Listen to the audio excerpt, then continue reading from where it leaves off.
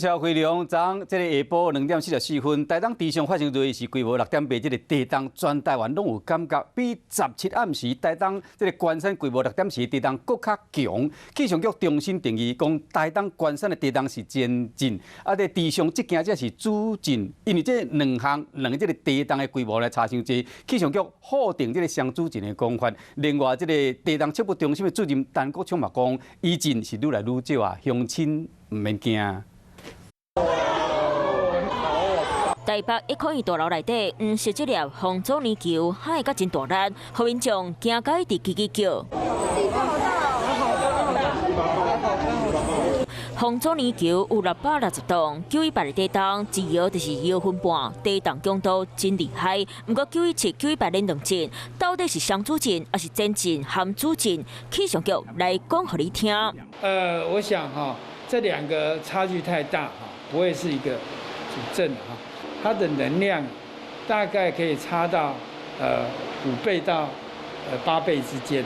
两摆地动规模真差大，地动中心讲双主震是无影的，爱民众放心，因为小地动的频率哪来哪少。早日暗时规模6.4的前震发生后，伫咧主震前17点钟内拢总发生73摆小地动。昨下晡主震后，前9点钟61摆小地动，随落来9点钟搁出现12摆。 频率有当地的降低。到了昨天晚上到今天，它的衰减的状况又更为的明显。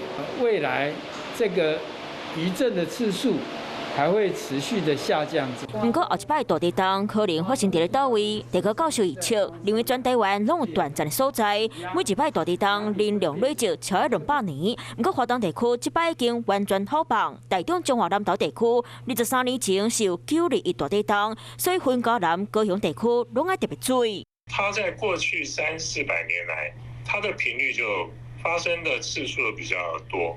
从嘉义、台南这里，它的能量储存的速率就是比较快，能够发生大地震的时间就会比较短。台湾西部人口较济，如果后摆大地动真正伫咧遮发生，恐惊带来真济伤亡和灾损，随时做好防灾准备，这当将伤害降到上低。